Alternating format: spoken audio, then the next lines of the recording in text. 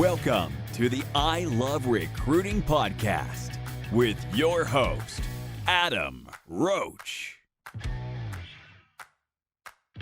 Welcome back, everybody, to the I Love Recruiting podcast. I am your host, Adam Roach, and today I have a guest that you guys are going to want to sit down, grab your pen, grab your paper, grab your iPad, grab your iPad little pen, and take a shitload of notes because my man, George Bryant, is about to bring you a ton of value in the marketing space and actually everything that he does. So before I let him start speaking, let me give you a quick little background on how I met George. So I belong to this group called Revenue with 2 V's.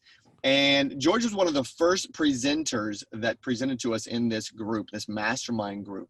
And I was blown away. And you know me, I go right into the hard close and, hey, man, we got to have a conversation. And the next thing you know, George and I were having a conversation. And now here we are about 2 months later on the I Love Recruiting podcast. So George Bryant, welcome to the I Love Recruiting podcast, my man. Super stoked to have you. Good morning, cup of coffee, and let's get this thing going, man. I'm stoked. Let's get it going, man. So we were just talking about how, from a real estate perspective, your company, you help entrepreneurs continue to scale their business. Tell us about the story of the individual who's now been, I think you said, in the business of real estate for 18 months. 18 months. 18 months, and she's number one now in her region, in her area. Yeah. It's actually kind of nuts. So like I say, you pick your label, right? You could be an entrepreneur, you could be a realtor, you could be a consultant. My job is to help you ethically scale your business by teaching the relationships beat algorithms. And man, if there's no better reminder than the current state of the world that all we have is the value of relationships. But my wife's background, she's a broker, she's a real estate investor, real estate flipper. So I have a lot of insight into this world. And I remember my wife, when I met her, she always told me that everything was the same. She's like, realtors are set up to fail. People in real estate are set up to fail. Like there's an entire info market designed because you get your real estate license, you get your brokerage, you do whatever you want. You're not really told how to build the business. And I was like, oh man, but real estate's not about business. Real estate's about people, right? Like at the end of the day, it's about people. And she's like, yeah. And so one of our friends locally had worked in a funding department, like in a mortgage department funding, and she just wanted to go out on her own. And so I was like, oh my God, I got to take her under my wing as like a case study.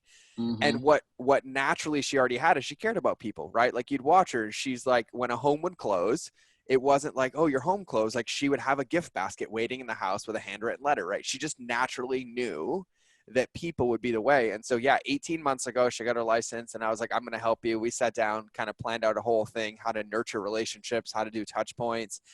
And her first year of real estate, I think she netted almost $1 million in her first year. And like, I'm not in a big market. She wasn't selling expensive homes. Like we're talking medium home price, 400 to 700. And so, knowing percentages, she was moving volume and we had to like hire an assistant. And basically she went from nobody knew who she is to her entire own realtor group now to literally about to probably become number one in the state of California sometime in the next year.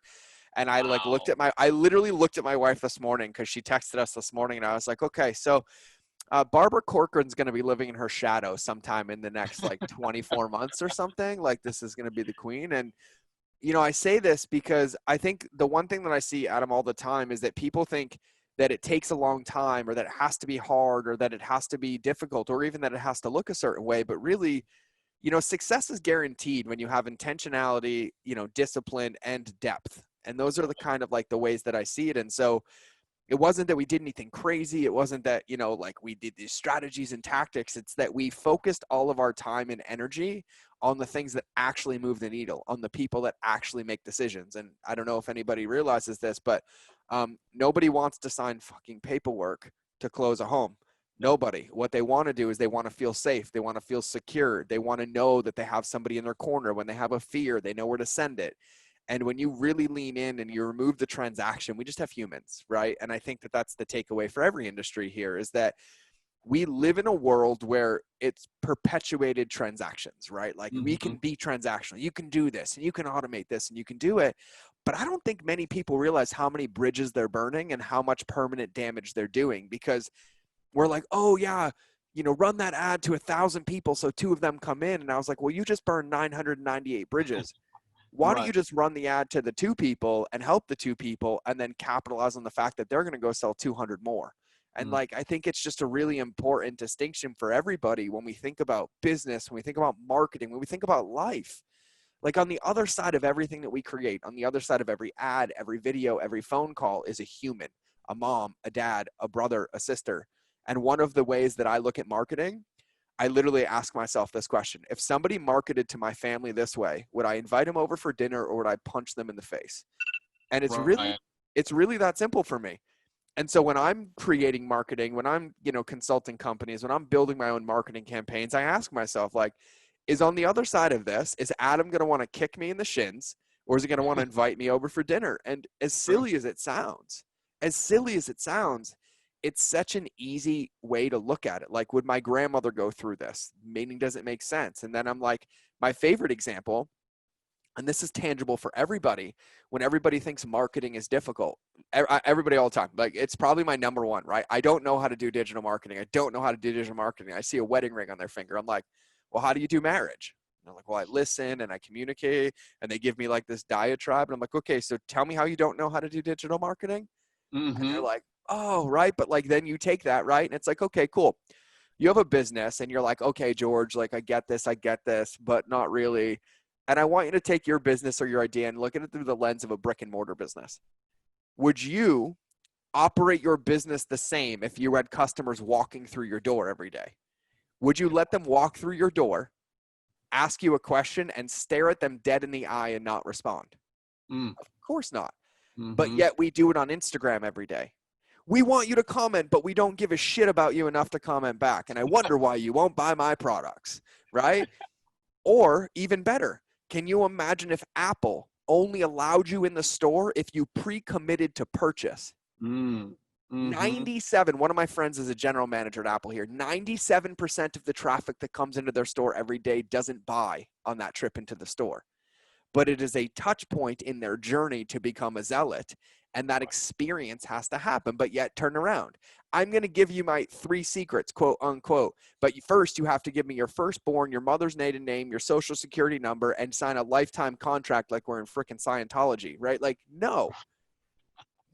So you have to think about these things when you're thinking about marketing and business and what you do. And so I say this because the game here is not about width. It's about depth. It's not about intensity. It's about consistency, right? Like, those are the things that matter when it comes to all of these relationships. And these start with ourselves, right? Like, how are we treating ourselves? Are we keeping our word to ourselves? Is what we're sharing congruent? Are we filling our bucket? Are we draining it from an entrepreneurial perspective?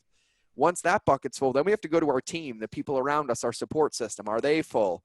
Are they heard? Are they seen? Are they respected? And then at the combination of those two, let's use a Captain Planet reference. When those two powers come together, then you create Captain Planet to go out into the world to have congruent marketing and messaging with your customers, potential customers, your colleagues, right? Like, so I think it's a really, really important distinction. And if I have to say anything to wrap it up, it's why trademarked relationships beats algorithms. There's only one way to do business.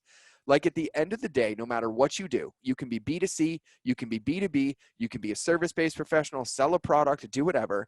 But I guarantee you that every single dollar that hits your bank account or leaves your bank account is directly correlated to a relationship. So good. So good. You know, we have at the I Love Recruiting company, we have an equation in the recruiting space that relationships plus validity over time equals self-discovery. Right? It's exactly the same thing. It's exactly the same thing. Okay, let's do this. Let's pause all of that because that's phenomenal. Take us back to, because I know you've built some big companies and I know that you've had some massive success. Tell our listeners real quick, in your CNN version, in your abbreviated version, who's George Bryant, and share with us your massive success, man. Yeah, man, I love that question. If Larry King was asking me who's George Bryant, I'd start with the fact that today I'm currently a husband, a father, and madly in love with myself and no longer attached to any of the results that I've ever created, but it's cool to have that rap sheet. And so it took most of those results to realize that underneath all of them, I was still unhappy and I was measuring the wrong success for the wrong reasons. And so I say that because I think it's commonplace to live with achievements and live in this world. So I started, I came from nothing, physical abuse, sexual abuse, drug abuse, broken home, emancipated myself, was homeless, and did the smartest thing I could do, forged my parents' signature and joined the Marine Corps because that was smart, right? 12 years of combat, awesome. But it was great. It was the best thing that ever happened to me. and got injured a few times. Luckily, the Marine Corps said, hey, you're unfit for service. You're kind of broken, which became the catalyst for my success.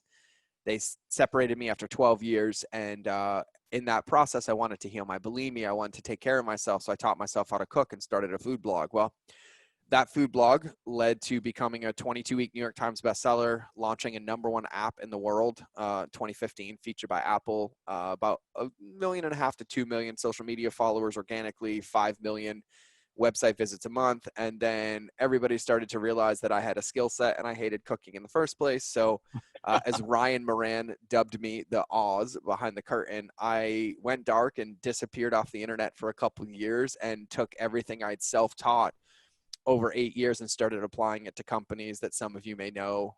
That was a really ego play and toss right there. Men's Health, Titleist, TaylorMade, Vital Proteins on it, and a lot of individuals and things out there.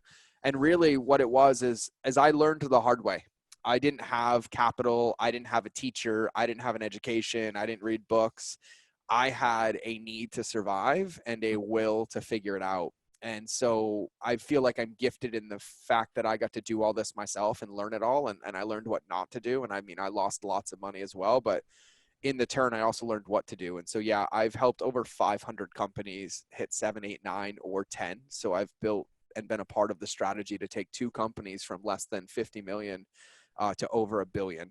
And so I'm pretty proud of that stuff, pretty stoked. And it's interesting though, because you asked that question, and if you asked me that question, I don't know, a year ago, I would have read in the rap sheet like, I'm this and I'm that. And like, no, at the end of the day, I'm a loving, passionate, trusting man who all I care about is my family, my friends, and the people in my life. And I love that I've created those results, because on the other side of those, I've probably positively impacted close to 1 billion people. And it's something I'm proud of, to rest my head on a pillow and say, hey, I know that when they're marketing, I know that when they're building businesses, I know that when they're touching customers, that the people on the receiving end are actually better off for it, and it improved upon the silence. And so that's kind of how it got me to this point today.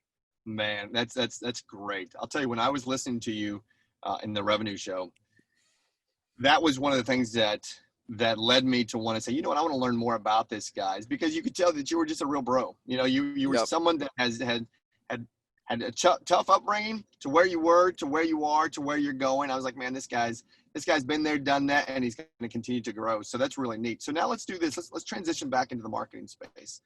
We've got our listeners are entrepreneurs, they're solopreneurs, they're real estate agents or real estate brokers, they're recruiters in the real estate space, or maybe even in the multi-level marketing, direct sales space. Let's go into the marketing world. Mm-hmm.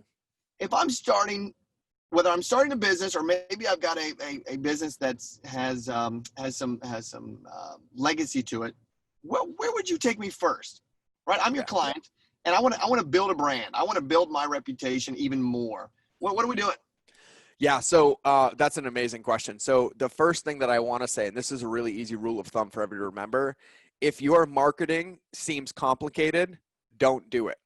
Marketing at the end of the day is just a two-way value-based long-term relationship, right? Marketing is communication, and complication does not work. And so, no matter where you are, I use an analogy for this one all the time, right? You open your phone right now, open Waze, Apple Maps, and Google, right? A lot of people put in the destination, right? That's where I want to go. But what we don't realize is that you can't get there unless you know where you are. And right. So the first place to start is your current state, right? You got to do audits. You got to look in the mirror, and looking in the mirror has to be agnostic of fault, blame, guilt, or shame, right? Like, it's information, it's facts, and it's a gift. It's a tool. It's not like, oh, I should be doing this, or I should have done it differently, right? So you got to realize you're playing a game that has no finish line, no championship, and no end in sight. Like, this is the infinite game. And so first thing is you have to do an audit of where you are in your business. Hey, this is where I am. This is what got me here. This is where I want to go, right? You kind of just throw all the cards on the table, and I'm telling you to collect all the ingredients required to make a recipe, right? Nothing like getting in the middle of dinner and realizing you don't have the main ingredient, right? You're screwed. Dinner's not going to taste good. And so you got to do a current state audit of where you want to go. And so that's what it is. Like, hey, I've been doing this for 5 years. I have some legacy to my brand, but, we're really not on social media yet. And let's ask why. Like, what got us here? What worked? What didn't work? Right? And then you start looking at that. What worked, you keep. What didn't work, you let go. What am I going to do differently? Now you start feeling, okay, where do I want to go? So you get your current state first, and then you sit down and you get your future state, right? Where do you want to go? With clarity and simplicity. Not like, I want to have 77 million followers across 14 different platforms for no reason as I piss my money down the toilet and make none in return. No, it's like, where do you want to go? Like, just like the business, whether you're starting a business, whether you're already running a business, like the first time you ever accomplished a fitness goal in your life or a personal achievement, right? Like, what was the first step that you did? What was that consistency? So current state is exactly where you need to be, because you have to identify where all the holes in the bucket are or potential leaks in the bucket are that you have to plug. And so you get your current state, then you get your future state. And your future state is where you want to go. And you can call these goals, you can call them wherever, right? But you have to know where you want to go in order to get there, because you have to work backwards. And so once you identify your future state, then you get to start looking at yourself, right? And you're either a solopreneur or you have a team, right? But what you don't have is an unlimited capacity. You have a limited amount of time, needle movers in your business that are actually going to help you get there. So now what you look at is you look at the gap and you're like, I have to build a bridge over this. And the choice here is like, how am I going to build that bridge? Well, if you tell me you work 18 hours a day, I'm going to tell you that you're probably wasting 8 of them, but you can't add anything to your plate. And so you have to take all of this information that you got, and now you have to look at it. Okay, which one of these is going to positively impact the business? Which one's going to move it forward? Which one do we need to have? And you get into a situation where it's like, okay, we need to have that. I don't have that skill set. I don't have that capacity. So you're left with one choice. Find somebody that does. Well, now you get into building a team or hiring it, right? And so what you want to think about is, what is the first way to start building that bridge without taking away from anything that's currently working? And I say this because this is really, really easy to do. Our Instagram's working, we're getting leads, our email's working, but you know what? That new platform came out. I want to go on TikTok and be on Facebook. And before you know it, you shift your focus and you stop looking at the things that were working. And now you end up with 4 things that don't work instead of having the one that did work and then working on the other 3. And so it all starts with integrity, Adam. The way that I think about it is, at the end of the day, in order for anything to be effective, it has to be measurable and scalable, right? That includes your time. And we are masters as entrepreneurs as lying to ourselves. It only took me 7 minutes, right? 4.5 hours later, when we're like, what did I get done today? And like, oh no. And then we'll do it again and again and again, right? So I tell people to try to look at yourself like you're not in the business, right? Like, look at it objectively. Like, name yourself something different. Like, call it John, call it Karen, call it Boomer. I don't care. Good or bad, whatever you want to do. But what you need is as much information as possible. And so I think the most important thing that I could tell everybody about this is that building a brand or expanding your company or scaling your company has nothing to do with the tools that you use. A carpenter can build a house with any type of screwdriver. It can be a manual one, it can be a hand cranked one, it can be a battery operated one, or an air compressor one, because it's not the tool that builds the house. It's the blueprints and the knowledge plus the expertise of the person building it. Like, I could probably throw a carpenter into my backyard with some wood and he'd probably make a hammer and nails out of wood if he really needed to. And so the part that is dangerous about this is when you get into this point, you're like, okay, hey, George, great. This is where I am. This is where I want to go. Instagram's going to get me there. Facebook's going to get me there. Email's going to get me there. Paid media is going to get me there. I'm like, no, they're not. You're going to get you there. You might utilize one of those tools, but you need to know where you are to make sure that you're using the right tool for the right job as effectively as possible. And so I think for me, Adam, and I talk to a lot of entrepreneurs about this, it's really easy to go into like, yeah, I can look at your business and be like, yeah, if you do this with email, but I would never do that. I'm like, email will get you there, but we have to fix the foundation so that it serves a purpose. And I think one piece of advice that I would give every entrepreneur, every person, no matter what, is that we don't spend enough time pulling our own ripcord enough. We stay in the weeds, we stay in the mud, we stay in reactivity. And so Keith Cunningham calls this thinking time in his book, The Road Less Stupid, which is an amazing book for any business owner whatsoever. But what you need is thinking time. You need to spend less time reacting and more time planning. You need to spend less time doing and more time being. And what you need to make sure is that when you shoot that shot, that you knew where it was going, what the target was, and what lied on the other side, not, oh, shoot now, aim later, all that fun stuff. Like, that doesn't work. And listen, you're like, oh yeah, okay, fine, cool. Well, anybody who gives you that advice, take it under the one condition that when it doesn't work, they'll pay your bills. And until that gets agreed upon, I wouldn't take it at all. And so identify where you are, identify where you want to go, look at the gap between them and pull your ripcord a little bit to look at it from a high level and start to intentionally design the plan to get there, knowing what's going to go into practice. And then you pick the tool to execute that plan towards where you want to go in alignment. That's the best way I can answer that question. Man, that was good. Gang, for y'all listening, rewind that or push the 15-second back button and listen to that again, because that was damn good. So let's go into this. I coach a ton of people in the real estate space. I coach a ton of recruiters. What would you say to someone that might have a little fear of pulling that ripcord to go look at it from a high level because they are stuck in the weeds, right? They are in the business versus on the business. Yep. And when it comes to building the business from a digital marketing perspective, that just scares the shit out of them to pull that ripcord. Totally. Well, here's the thing. The first part is being honest with yourself. The first part's being honest with yourself, right? Don't pull the ripcord if you're not interested in growing. Like, just get honest with yourself, right? And I say this because there are parts in my life and my business where I don't currently have the capacity to build the ripcord. Like, on paper, I'm as successful as can be, right? But there's only so many things I can focus on every day. The difference, Adam, and the distinction that makes people successful is when you acknowledge that you don't want to pull the ripcord, not that I can't pull the ripcord, or there's no way for me to pull the ripcord, or the ripcord doesn't exist, right? There are no excuses. So the first thing is just acknowledging where you are. Right. That is what gets you in a position of power, right? Then the second part is, well, okay, I acknowledge I need to pull the ripcord. And I actually do want to pull it, but I'm afraid. Well, as soon as you acknowledge that, then you have to look at the cost of what's happening by not pulling the ripcord.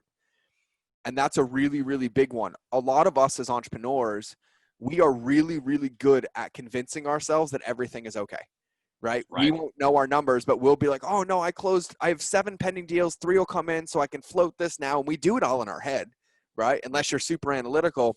And a lot of us are scared of facts, myself included, right?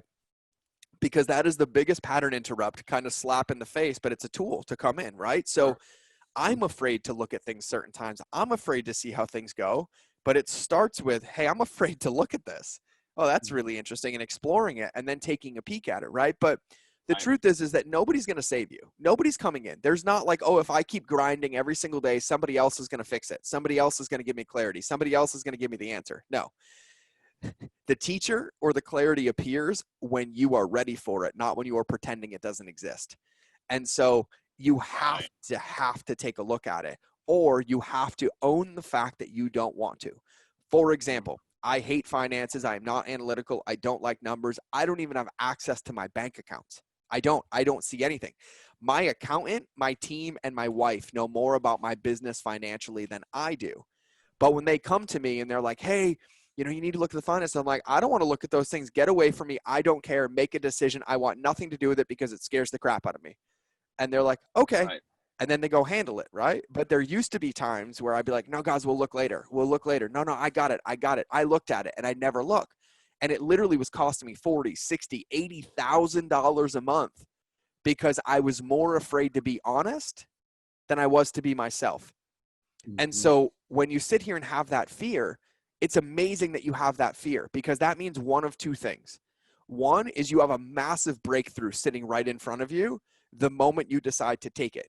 Or two, you have massive amounts of clarity that you've already experienced a breakthrough, and that is not your skill set or an area that you need to be spending your time. But then that also means that you have to own the fact that you're going to be a better executor and visionary than you ever are a CEO. And you need to advocate that responsibility to somebody else. You need to hire that, outsource it, or give somebody else that responsibility and stop pretending to own it yourself in order to get the best results. Dude, that was strong right there. So embrace that fear because on the other side of that fear is a breakthrough or is a delegation, right? Every time, like the thing is like when we sit here and we drive our car, if your check engine light comes on and says, if you don't add oil, it's going to explode, we don't ignore it. We heed its advice and we pay attention. Well, the fact that you're afraid is your body's check engine light. It doesn't mean that you have to fix it every day, but you have to look at the error code to figure out if it's going to seize your engine and blow up on you, or if it's Right. something that can continue to happen and you systematically solve it slowly.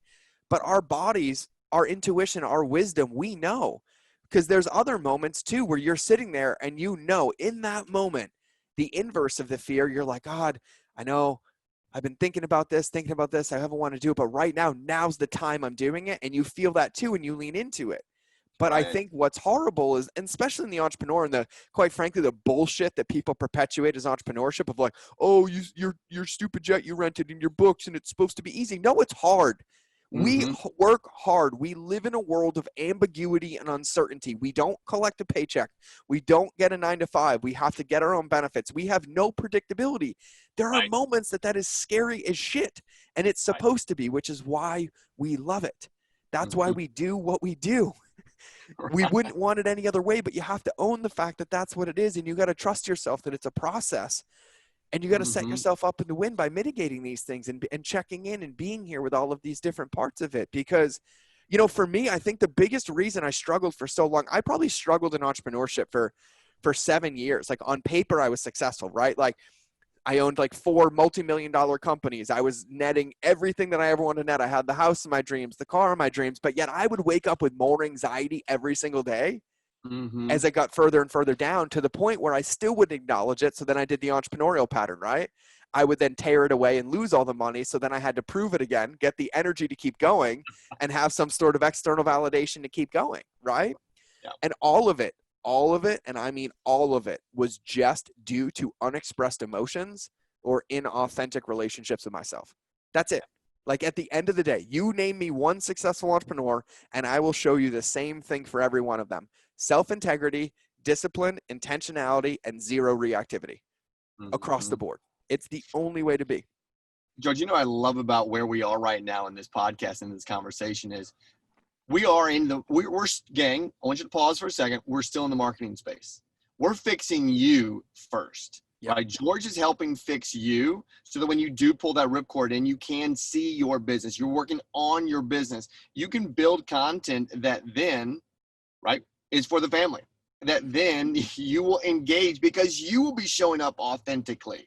That's one of the biggest words there, right? Yeah, well, and I think the thing that matters, right? Like when you think about it, if you're listening to this, if I recorded you for the next hour and just watch you scroll through social media, you can tell from a mile away what's authentic and real and what is inauthentic and unreal, right? Mm-hmm. And you can look at them and you can say, man, they want to be happy. They want to do this, but I can't trust the message. I can feel the undertow. It's not really there.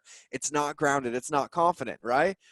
Right. Everyone's like, oh, I want to be the influencer. And I was like, well, you have to realize that requires that you do the work to influence yourself so that you can magnetize other people in. And that's the mistake that people make. When you are disconnected from yourself, or when you are inauthentic, or you're pretending that things aren't happening, you are low level manipulating people and they can feel it. When you own your story, own your truth, know who you are, and work on yourself, and then create a piece of content or then create a piece of marketing material, you are magnetizing people and attracting them to you because they can feel that as well. And so nobody has a marketing problem. Everybody has a relationship problem with themselves, their team, and their customers, informed in that order. And the truth is that we don't spend enough time talking about looking introspectively. Like everyone's like, oh, where do I fix my marketing? I'm like, look in the mirror. Like that's the first place to go. And like we look at these people that we idolize, and I'm lucky to be friends with some of these billionaires and people in my life that help me. But the one thing is we look at the results and then we look at the doingness that they do. We're like, oh, they have a morning routine. Oh, they get up at this time. And I'm like, yeah, but you're missing what they do in that time.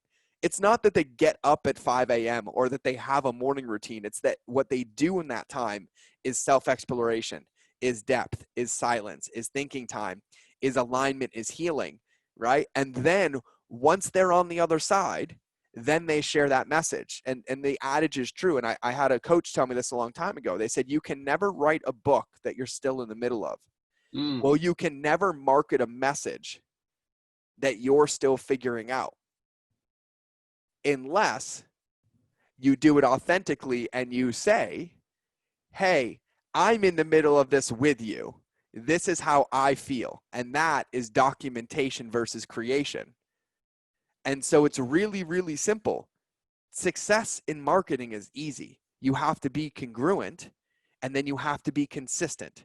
And you have to understand that you are helping somebody change their mind, change their belief system, change their patterns. And that could take anywhere from 1 to 150 touch points, right? You have to deal with the distance away from that belief. You have to deal with the endowment. You have to deal with the reactance. And one marketing tip for everybody: when was the last time somebody came up to you and they're like, hey, your car's really ugly, you need a new one? Or, hey, you're fat, you need to lose 15 pounds, and you felt good? Never, because it creates reactance, right? But then when was the last time you heard somebody saying like, oh man, I've really let myself down lately, and I'm going to get up at 5 a.m. and walk every day because I really need to lose that 10 pounds. And your brain went, oh man, I got to do that too.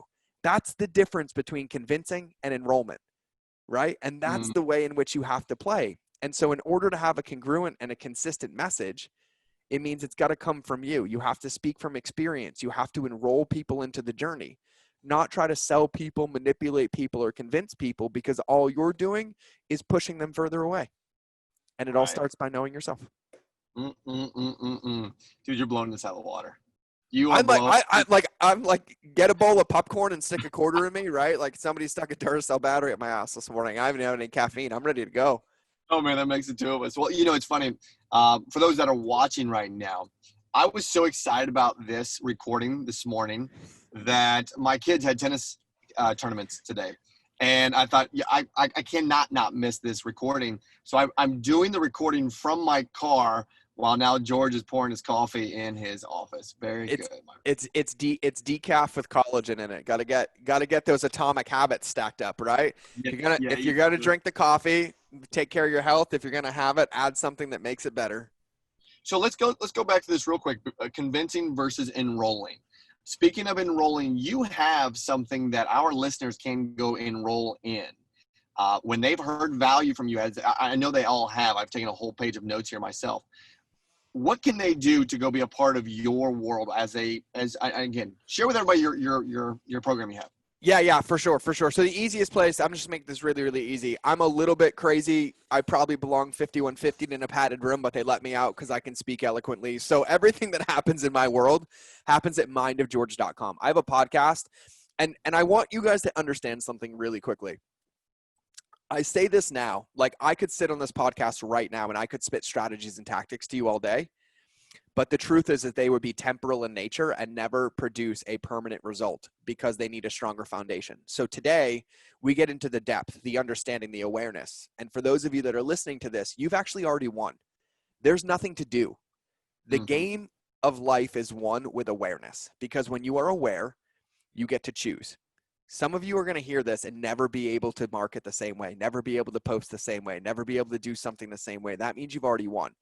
That base is what you need to then implement the strategies and tactics. So my podcast, The Mind of George Show, every episode I literally give step-by-steps, like do this. This is how to do process management. This is how to do marketing. This is how to do it. We all have it there. But probably my proudest moment in life is I created this method that I've used to scale all 500 of those companies. It's called the Lighthouse Method. It's a 9-step process that you can use to ethically build and scale your company. And my favorite part, Adam, is I actually saw a testimonial this morning, and somebody was like, I can't believe I waited for this. I watched 3 videos and I 4x'd my business in 20 days. And I was like, okay, screenshot, can I get you on video? And we have hundreds of those. And here's the truth. The reason that happened is because they stopped going after the tactics and strategies, and they fixed the holes in the bucket, and everything starts to work. And so I focus on teaching principles. What I teach, what I share has come from 11 years of experience with, and just to quantify, I've spent $26 million in 1 month on just paid media. Like I have more volume. I've managed email lists of 16 million people. I was getting 11 to 14,000 emails a day. I've tested all of these things over and over again, and strategies and tactics change daily. Foundational principles never change. And if you can take nothing more away from this episode than this, that everything you do needs to be a principle, foundation, stand the test of time, and evergreen, I guarantee your success in business. But if you leave this episode and you go to, I'm doing this on Instagram today, they said to do a live video, they said to get on TikTok, and you live reactively, I guarantee that path will put you out of business. And so I teach everything that you need to go from 0 all the way up to 37 billion if you look at my current customer base of like who I consult, that you can go straight through, you can go a la carte. We're talking avatar research, consistency, brand congruency, messaging, social media, email, copywriting, all in like 6 to 8 minute chunks that you can take, put into practice. And like anything, I have to set you up to win here. This podcast has nuggets in it. You might have 4 notes. You might have 6 notes. You might have 8 notes. I guarantee you that you can't put all 8 of them into practice at once. And that's what happens with most entrepreneurs. So what I want you to do is I want you to listen to this episode, and the one thing that resonated the most, the one thing that stood out the most, you have to stop everything else, and you can only do that one thing until it's in completion and running itself, and then you come to number 2. Just like if you buy my course, or when you buy my course, or listen to my podcast, or listen to Adam, or listen to another episode. Your job is to play the infinite game in business. And unless you plan on dying in 2 years, stop building a fucking 2-year business. Stop. Because you're not going to like the finish line when you hit it. Your job is to maintain the foundational things that get you to drive that car every single day. I'm on the road. I'm heading towards my destination. And then you're like, oh, my seat's uncomfortable. Let me make that better. Oh, the temperature's a little hot. Let me turn that down. And you make microscopic adjustments daily, piece by piece by piece, until you end up in the ultimate comfort zone. And then when you get to scale, you realize that that was your dream car and it's got every single thing that you need, but now you need another one. Or that was your dream house, but now you need something different. And you start the process over again. And so I don't care, quite frankly, if you ever come into my world. I do care that you always build yours and set it up to win. So take one thing away from this and put it into practice so that you cannot stay where you are and end up somewhere different. Because human beings think that we don't have to change because we settle for good lives, which is why we don't live great lives, right? That bias, that confirmation bias, like where I am is okay, where I am is okay. Well, if you're listening to this, it's not okay, or else you wouldn't be listening. There's a part of you that wants to go. So take something, put it into practice, make a shift, and go put it in. So everything I do, mindofgeorge.com, it's there. Go get 100 touch points, 180 touch points. Adam will tell you, shoot me a DM. I'll respond in probably like 0.37 milliseconds because I really care about this stuff. And I want everybody to win. I have a mission to help 1 billion humans. The end. That's awesome. Yeah, we have a vision at I Love Recruiting to recruit 100 million people, and I have no doubt that this podcast will definitely help us along that path, man. Because this was great stuff. Okay, mindofgeorge.com. Go check him out there. Go listen to his podcast, Mind of George, and also go check out his Lighthouse Method. Go check him out and see what he has to offer there, because I guarantee you will have success by listening to Mr. George. And at minimum, Adam, the one thing I would say is like, notice like, and by the way, guys, I don't give a fuck if you buy my course, really. But what I do care about is that you put these things into practice and you learn. Right. So if at minimum, subscribe to the podcast. We just dropped our 50th episode. The first 49 episodes are literally step-by-step solving businesses, process management, social media, marketing laws, everything. And they're short, they're to the point. And I guarantee you that you can apply to your business. So go subscribe, jump in, let us know how we can support you. Adam's going to be on that one soon too. Yep. I got to get him over. Now they're only 7 to 8 minutes long, aren't they? Some of them. Yeah. So all the ones that are tactical, right? Strategical, I try to keep short. Like I want you to listen to them. I want you to take notes. I want you to put it into practice, like 7 to 15 minutes. All the ones that get into like the deeper meaning, right? To raise that awareness, get into like the 25 to 35 minutes. And then all my guests, Adam, one of the things that I'm doing, and you're going to have to do this too. I just haven't told you yet. One of the things I'm doing is every guest that comes on my show has to give away their best piece of advice or value that they charge for on the show. And so we're now starting to drop these episodes. So like my publisher came on and literally gave his step-by-step framework on how to write a book in the last episode that drops next week. And then my copywriter came on and gave away her entire training on copywriting and storytelling for free on the episode. And so really, really understand. And you know what? I think it's important. I'll rip the curtain back. Why am I doing this? Because this is the last marketing lesson I'll leave you in this podcast with. I think the biggest detriment to most marketers' success is the fact that they try to win before their customers win. They make themselves the heroes before their customers are the heroes. And the truth is it requires way too big of a commitment to affect change because the stakes are too high and the confirmation bias is better where they are. And so my mission is not to get you to buy a course, is not to that. It's to get you to double your business, increase your revenue, help another customer. So then we can do business together. We can become partners, affect change more. And so in your business, look at where all of your competitors are going for the one night stand and you get to go for the long-term relationship. Shift the lens of adding value on the front so everybody gets to win, and then their level of endowment can't get them back out.